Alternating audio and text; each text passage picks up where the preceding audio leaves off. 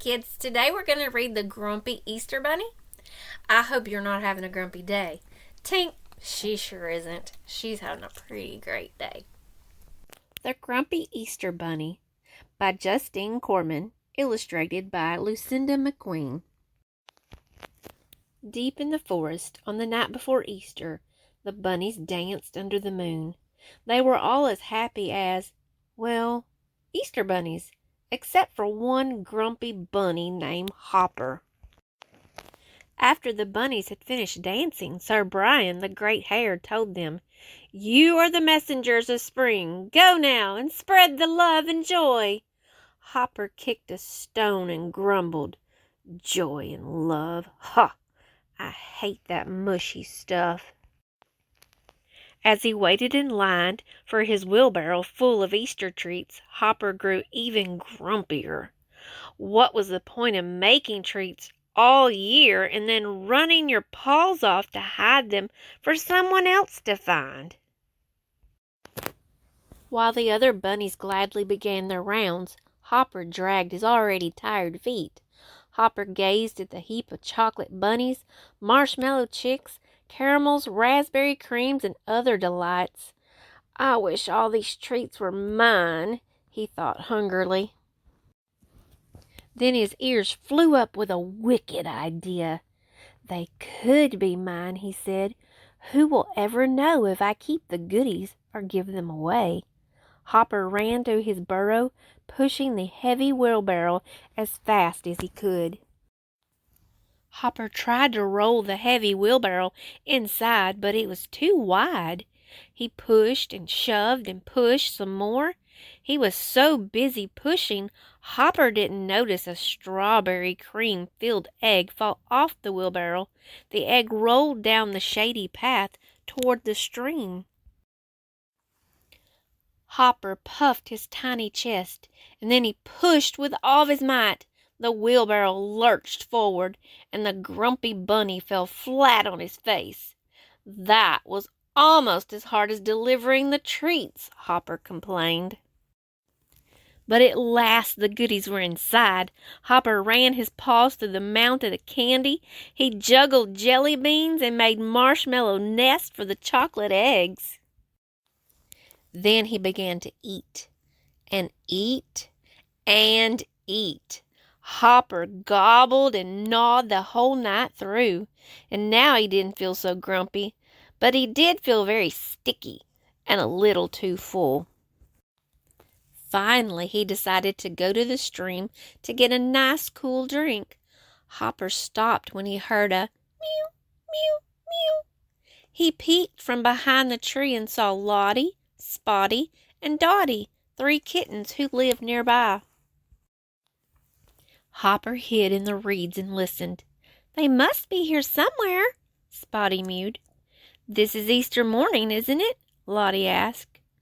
"Oh dear," Hopper thought. "The kittens are searching for the Easter treats, and they aren't going to find any." Hopper felt an uncomfortable stirring deep inside. Should he have eaten the treats? Had he done the wrong thing? Then, to Hopper's great surprise, Dottie cried, "I found one!" She had found the strawberry cream-filled egg that had fallen off his wheelbarrow. Before Hopper could say a word, Spotty and Lottie rushed to their sister. "I'm the oldest," Spotty said, grabbing for the egg. "I'm the hungriest," Lottie argued. "I found it," Dottie squeaked. Hopper felt terrible as he watched the kittens wrestle and hiss in the dewy grass. Suddenly the kittens rolled right over the egg and smashed it to bits. They stopped wrestling and stared at the gooey mess. "We should have shared," Spotty mewed sadly. "We shouldn't have been greedy," Lottie sighed. "We'll divide what's left of it," Dottie said firmly. Then the 3 kittens hugged. "Oh dear," Hopper said to himself. He turned away from the kittens, only to find himself nose to nose with Sir Brian, the great hare. "Why haven't you delivered to your area?" Sir Brian demanded. Hopper opened his mouth, but no sound came out. The chocolate that was smeared all over his face said it all. "Come with me," Sir Brian said. Hopper followed him to the wheelbarrow, and the kittens tagged along behind. Sir Brian gave the kittens what was left of Hopper's goodies and made them honorary Easter bunnies. "Go now," Sir Brian told his kittens. "Spread joy and love." The great hare turned to Hopper. "As for you," he said, "you shall watch the kittens hide your treats. Perhaps then you'll understand what is meant to be an Easter bunny."